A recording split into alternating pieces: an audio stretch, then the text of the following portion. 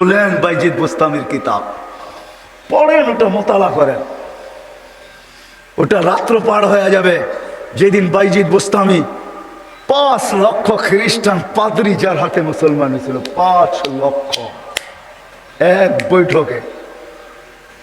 স্বপ্নে দেখা হয়েছিল, সমস্ত পাদ্রীদের মিলন মেলা ছিল।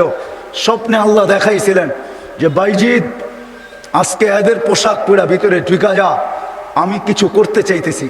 একবার, দুইবার, তিনবার স্বপ্নে দেখছেন। তারপরে ভাবছেন যে ওই পোশাক পরবো তো পরবো কি করে। তা আল্লাহ বলছে বাইজিদ পরানে হেফাজত করবো তো আমিই করব। যা পর। ওদের পোশাক পরা ভিতরে ঢুকা গেছে। সবচেয়ে বড় পাদ্রী যখন স্টেজে বসছে তো তার চৌকি, তার চেয়ার হেলতে শুরু করছে, মুখ বন্ধ হয়ে গেছে। তো বাইজিদের সমস্ত পাদ্রীরা বলছে আপনি আমাদের পোপ, আপনি আমাদের বড়, আপনার থেকে আমরা জ্ঞান পাই, আমাদের ভিতর আলোকিত হয়, আপনি মুখ দিয়া কথা খোলেন না কেন, বলেন না কেন। তো পাদ্রী বলতেছে বলবো তো বলবো কি করে, এখানে একজন মোহাম্মদী আছে। বলবো তো বলবো কি করে, এখানে একজন মোহাম্মদী বসে আছে, যার কারণে আমার চেয়ার হেলতেছে, আমার মুখ বন্ধ হয়ে আসতেছে। সমস্ত পাদ্রীরা বলছে দেখা দেন, গর্দান উড়াইয়া দিব এক্ষণ। বলছে না, জুলুম আসছে বিদায় এটা কোনো দোষণীয় না, এই জন্য গর্দান উড়াইয়া দিবে এটা হয় না। আমি একে পরীক্ষা করব, যদি এ পাশ করে তাহলে ছেড়া দিব, আর যদি পাশ না করে তাহলে আর গর্দান উড়াইয়া দিব। 62টা প্রশ্ন করছিলেন। 62টা কয়টা? কয়টা? কয়টা? 62টা বলার সময় আমার কাছে নাই, একটা বললাম 62টার ভিতরে। বলছিল কুকুর ঘেউ ঘেউর ভিতরে কি বলে। 62টা যখন পুরা বইলা দিছেন তো জিজ্ঞাসা করছে আমি সত্য বলছি?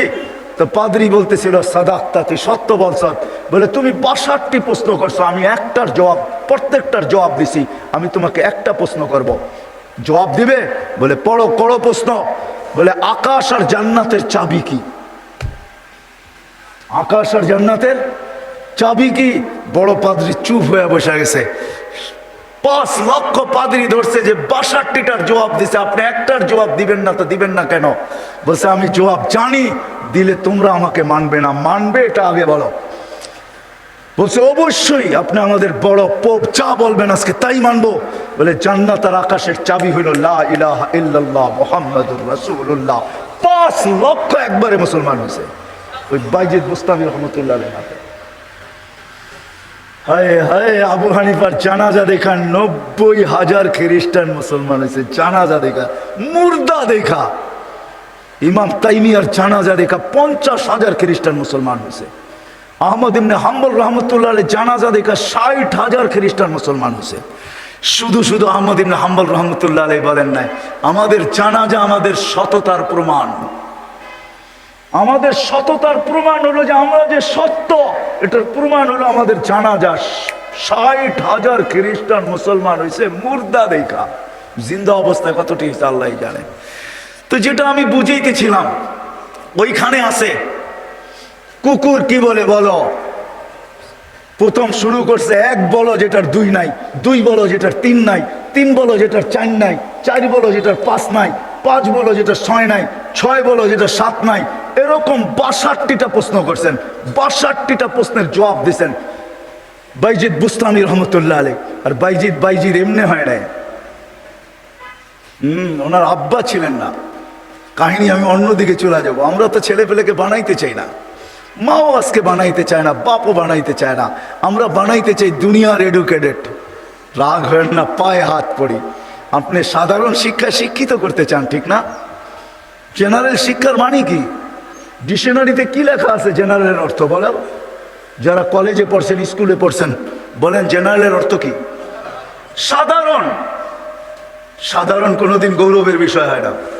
সাহাবাদের কাছে অসাধারণ ছিল, এই জন্যই তো ম্যাককে অনুগত্য করতে পারতেন, এই জন্যই সমুদ্রের উপর দিয়ে ঘোড়া দৌড়াইতে পারতেন, এই জন্যই তার বিহীন, প্রযুক্তিবিহীন 3000 কিলোমিটার দূরে কথা বলতে পারতেন, পাহাড় দেখাইতে পারতেন। সারিয়াতাল জাবাল, অসাধারণ বিদ্যা এরা বিদ্বান ছিল।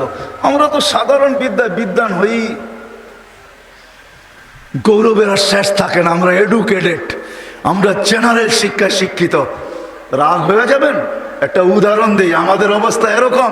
এক ব্যক্তি জাপান থেকে গাড়ি কিনে আনছে, তো গাড়ির 3 দিকে জাপানি ভাষায় বড় বড় অক্ষরে লেখা। তো সে মনে করছে অনেক কিছু ভালো কথা লেখা হবে, বিদায় এটা কেনার পরে আর মুছে নাই, না মুছেই চালাইতেছে, লেখাটা আর মুছে নাই। একটা ক্রেডিটও তো আছে, ঠিক না? সামনের গ্লাসে তো লেখা যায় না, 3 দিকে লেখা, এটা চালাইতেছে। তো কোনো জাপানিজ আসছে বাংলাদেশে, তো ও আরেক গাড়ি দিয়া যাইতেছে, তো দেখতেছে ওই লেখা গাড়িটা সামনে দিয়া যাইতেছে, 3 দিকেই লেখা। তো মুস্কি মুস্কি হাসতেছে। তর্জমান জিজ্ঞাসা করতেছে, তুই হাসিস কেন? কই সামনের গাড়িটা দেখে হাসি। কই কেন, কি এটার ভিতরে? কই যে 3 দিকেই তো লেখা, ও মুছে নাই কেন এটা? কই তা তো বলতে পারবো না, ও এটাকে ক্রেডিট মনে করছে, জাপান থেকে লেখা আসছে, এত সুন্দর লেখা, এটা মুছার আর কি দরকার? আমি চালাই না, আমার মতো লেখাওয়ালা গাড়ি তো বাংলাদেশে একটাও নাই, ঠিক না? একটা বাবতও আছে, ঠিক না? পৃথকত্ব তো আছে আমার একটা। তো বলে যে এইটা দেখে হাসতেছি কেন জানিস? এই গাড়ির ভিতরে লেখা আছে তরকারি বেচার গাড়ি। কি লেখা আছে?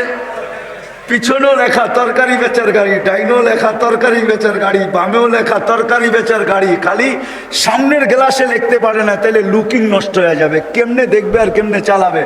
আমরা আজকে সাধারণ শিক্ষায় শিক্ষিত হয়ে আমরাও গৌরব করতেছি, আমরা বড় এডুকেটেড। সাহাবা অসাধারণ শিক্ষায় শিক্ষিত ছিল। এটা আমার বোঝানোর ইচ্ছা না। বাইজিদ বুস্তামি রহমতুল্লাহ আলাইহ মার কোরবানির কারণে উনি বাইজিদ হয়েছেন, ওই কাহিনীর দিকে নিয়ে যেতে চাই না আপনাদেরকে, আমার হাতেও সময় নাই যে আমি ওই দিকে নিয়ে যাব। ওনার ছোট বয়সে বাপ মারা গেছে, মা পরের বাড়িতে কাজ করতেন। 2 দিন পরে ভাবছেন, আমি যদি এইভাবে ছেলেটাকে কোথাও না দিতে পারি তাইলে আমার ছেলেটা হারায়া যাবে। আমি তো মা পরের বাড়িতে কাজ করি। খুঁজতে খুঁজতে এক আল্লাহওয়ালার সন্ধান পাইছেন। মানুষ বলছে ওই আলেম ওইখানে আছে, আল্লাহওয়ালা ও আলেমও যদি তোমার ছেলেটাকে নেয় বা তুমি যদি দিয়ে আসতে পারো, তাইলে হয়তো তোমার ছেলে মানুষ হয়ে বাহির হবে। যে হাতে পায়ে ধরছেন, আমি বিধবা, আমার কোনো সন্তান নাই, স্বামী নাই, আমি পরের বাড়িতে কাজ করি, আমি চাই আমার ছেলেটা মানুষ হোক, আল্লাহওয়ালা হোক, দিনদার হোক, আল্লাহর এলেমওয়ালা হোক, আপনাদের মতো আলেম হোক, আপনি দয়া করে আমার ছেলেটাকে রাখেন। শাইখ রাজি হয়েছে, মা শর্ত দিছে, আপনি আমার ছেলেকে ওই দিন পর্যন্ত বাড়ি পাঠাইতে পারবেন না যতদিন পর্যন্ত আপনার মতো না বানায় দেন। শাইখ অঙ্গীকারবদ্ধ হয়েছেন যে আমি পাঠাবো না যতদিন পর্যন্ত আমার মতো বড় না বানায় দেই। 2-4 দিন পরে মাস গেছে, 2-4 মাস পরে বাইজিদ কাঁদতে শুরু করছে যে সবার বাবা আসে, মা আসে, আমার মা তো পরের বাড়িতে কাজ করে, আমার মা তো আসে না। ও শাইখ আমাকে একটু মাকে দেখতে দেন না। তো শাইখ বলছে, তোমার মার সাথে আমি ওয়াদাবদ্ধ, আমার মতো না বানানো ব্যতীত তোমাকে পাঠাবো না। বলছে না, আমি মাকে দেখতেই চাই। ছোট কচি বাচ্চা, শাইখ তার দিল ভাঙতে চান নাই। একদিকে ছুটি না দিলে বাচ্চার দিল ভাঙা যায়, যেটা মেড ইন আল্লাহ, আরেকদিকে ছুটি দিলে মার অঙ্গীকার ভাঙা যায়।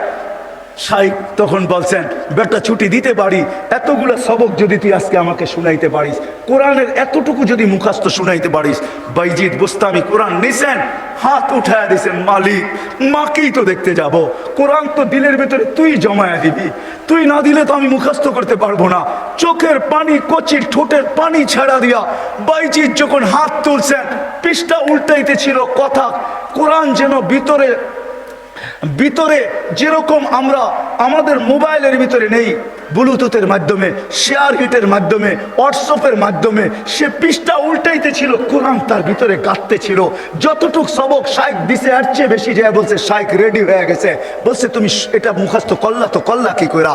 মুচকি হাসি দিয়া বলছে, শাইখ কালাম যার সে বসায় দিছে। তো শাইখ বুঝছে এটা কোনো সাধারণ ছেলে না। ছুটি দিছে, বাড়িতে গেছে, দরজা খটখটাইছে, মা জিজ্ঞাসা করছে ভিতর থেকে কে? বলছে বাইজিদ। বলছে না, আমার বাইজিদ আসতে পারে না, আমি তো শাইখকে বলে আসছি বাইজিদ ওই পর্যন্ত আসবে না, যেই পর্যন্ত শাইখের মতো না হয়, আল্লাহওয়ালা না হয়, আমার বাইজিদ আসবে না, তুমি আমার বাইজিদ হতে পারো না। মা দরজা খোলেন নাই, মাও এরকম ছিল। এই জন্যই তো বলে, মা যদি ফাতেমা হয় তো সন্তান হাসান হোসাইনি হয়, মা যদি ফাতেমা হয় তো সন্তান আব্দুল কাদের জিলানী হয়, মা যদি এরকম হয় তাইলে ছেলেও বাইজিদ বুস্তামি হয়। বাইজিদ ফিরে আসছে, এসে বলছে শাইখ আমাকে আর ছুটি দিবেন না। আম্মা দরজা খোলেন নাই, আম্মা মানতেই রাজি ছিল না যে আমি ওনার বাইজিদ। একাধারে যখন 1 বছর, 2 বছর, 12 বছর কাটা গেছে, তার পড়া কমপ্লিট হয়ে গেছে।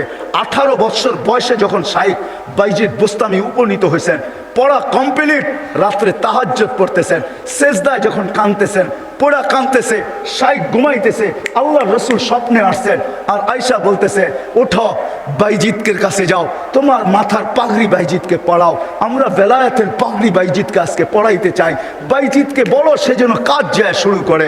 কমপ্লিট হয়ে গেছে, যাও, তার মা তার জন্য অপেক্ষা করতেছে, বৃদ্ধ হয়ে গেছে, কোন দিন দুনিয়ার থেকে চলে যায়, বাইজিদের মাথায় বেলায়েতের পাগড়ি আমি তোমার মাথায় পড়াইলাম, তুমি বাইজিদ উস্তাদ হিসাবে বাইজিদের মাথায় পড়ায় দাও।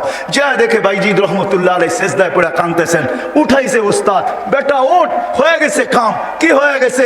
আল্লাহর রসুল পাগড়ি আমাকে পড়ায় দিয়ে গেছে, বলছে তোকে পড়ায় দিতে, বেলায়েতের দরজায় আল্লাহ তোকে পৌঁছায় দিছে, হুকুম আসছে যা মার পায়ে যা, আর কালকের থেকে কাজ শুরু কর। ওই দিন যা যখন দরজা খটখটাইছে, মা খুইলা জড়ায়া ধরছেন, আর খুইলা জড়ায়া ধরেন নাই, শুধু পানির গ্লাসের কথা আমরা শুনি, এটা তো কোনোদিন বাস্তবটা শুনি না।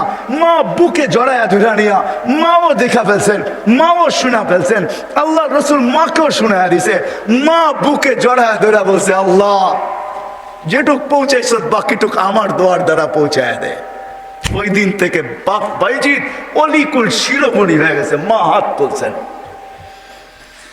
তো বাইজিদ বুস্তামি রহমতুল্লাহ জীবনীর থেকে আমি বাহির হয়ে গেছি, ওনার জীবনী পড়া দেখেন, কুকুর পর্যন্ত আমাদেরকে সতর্ক করে চলে যেতে হবে, থাকা যাবে না, কেউ থাকবে না। হয় হয় আমরা যাত্রী, যাত্রা আমাদের চলমান, আজকে আসি কালকে থাকবো না, কিন্তু নিজেকে প্রস্তুত করে নিয়ে যেতে হবে, গুছায় নিয়ে যেতে হবে, বানায় নিয়ে যেতে হবে। যুবক তুমিও তোমাকে বানায় নিয়ে যাও।